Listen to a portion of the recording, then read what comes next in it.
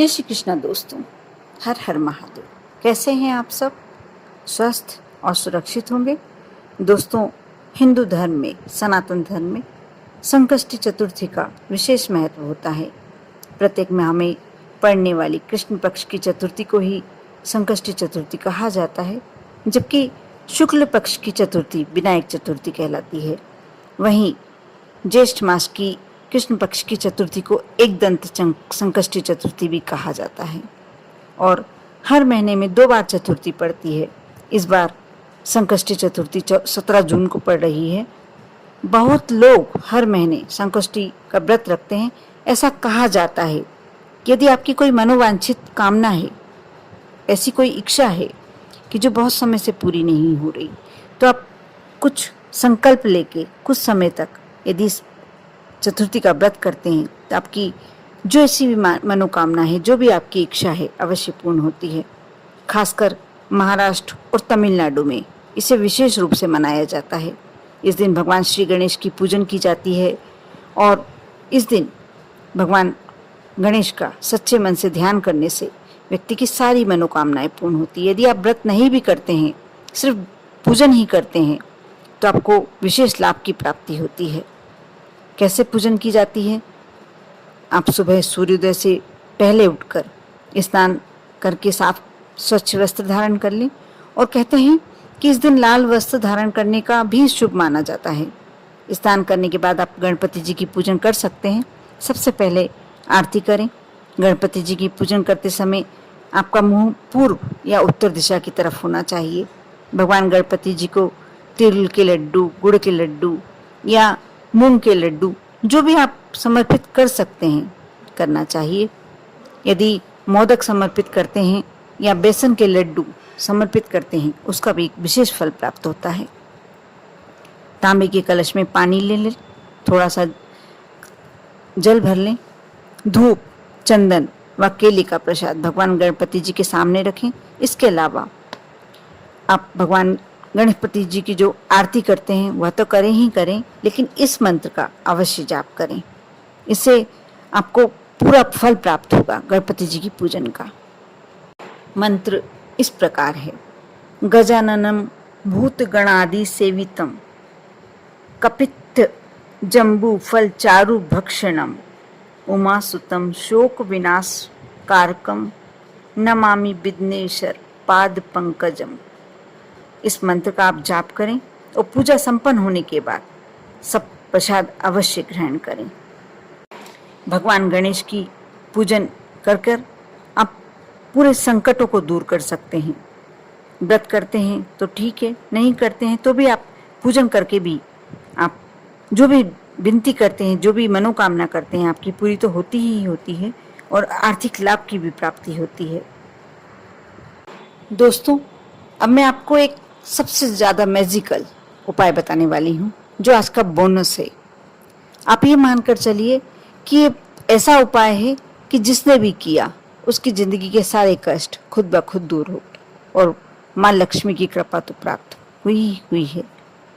दोस्तों, संकष्टी चतुर्थी के दिन आप घर में गणेश जी के पूरे परिवार को स्थापित करें, बहुत ही उत्तम होता है। नहीं भी कर पाते हैं, कोई बात नहीं, आप एक सफ़ेद कागज़ ले लें, हल्दी से स्वास्तिक बनाएं और उस पर शुभ लाभ और रिद्धि सिद्धि लिखें।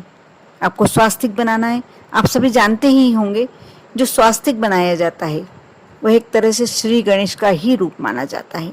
आप उसमें शुभ लाभ और रिद्धि सिद्धि भी बनाएं और इसे पूजन के स्थान पर रखें। जैसे आप गणपति जी की पूजन करते हैं उसी समय रखें। आपको फोल्ड कर कर रखना है। जब आप पूजन करेंगे उसमें थोड़ा सा चुटकी भर हल्दी का छींटा दें और कंकु चलाएं।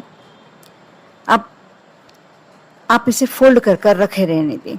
जब आप चंद्रमा को अर्घ दें या यदि आपने व्रत नहीं किया है तो आप दर्शन करते हैं चंद्रमा की। जब चंद्रमा के उगने का समय हो जाए, जब आप उसे उठाकर और भगवान का नाम लेकर आप अपने पर्स में रख लें।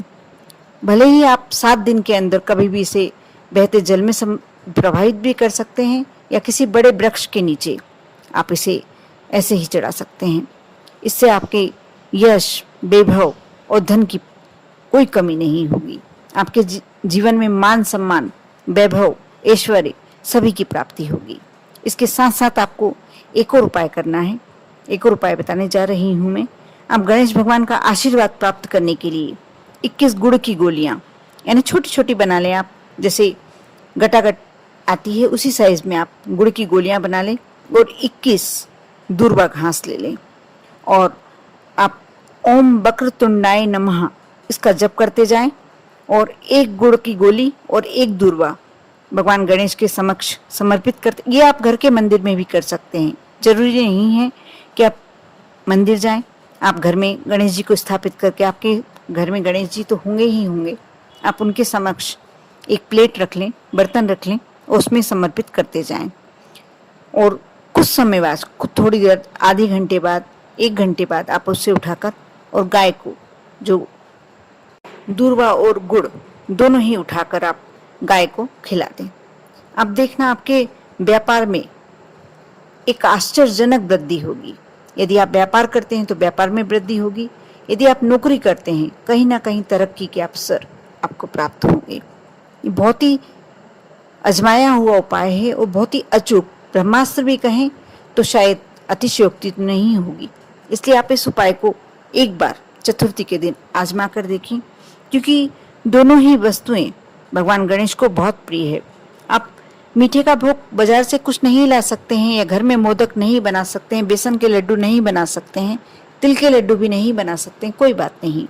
आप थोड़ा सा गुड़, थोड़ा सा घी मिलाकर, शुद्ध घी मिलाकर यदि भगवान गणेश को समर्पित कर देते हैं, सबसे अच्छा भोग माना जाता है, सबसे पसंदीदा भोग जो भगवान गणेश को अति प्रिय होता है। बुधवार के दिन या गणेश चतुर्थी के दिन आप जब भी आपके घर में कुछ मीठा उपलब्ध नहीं हो तो आप सिर्फ गुड़ और घी का भोग लगा दें और दूर्वा चढ़ा दें, क्योंकि ये दोनों ही वस्तुएं भगवान गणेश को बहुत ही प्रिय होती है। यदि आपके यहाँ सिंदूर है तो आप थोड़ा सा सिंदूर समर्पित कर दें श्री गणेश को। बहुत ही छोटी छोटी चीज़ों से प्रसन्न होने वाले देव हैं ये, और कहते हैं जिन पर गणपति जी प्रसन्न होते हैं उसके कोई भी कार्य में असफलता नहीं आती, उस कोई भी कार्य में विघ्न नहीं आते। ये तो आप सभी जानते हैं। जिनकी पत्नियां रिद्धि सिद्धि हों, जिनके पुत्र शुभ लाभ हों, उन्हें क्या कमी है, और स्वयं प्रथमेश हैं, प्रथम पूज्य। इसलिए आप अवश्य इस चतुर्थी को ये कार्य कर देखें और कमेंट्स में अवश्य बताएं कि आपको इसके क्या पॉजिटिव रिजल्ट्स मिले हैं आप पर और आपके पूरे परिवार पर। भोलेनाथ की कृपा यूं ही बनी रहे। ओम नमः शिवाय।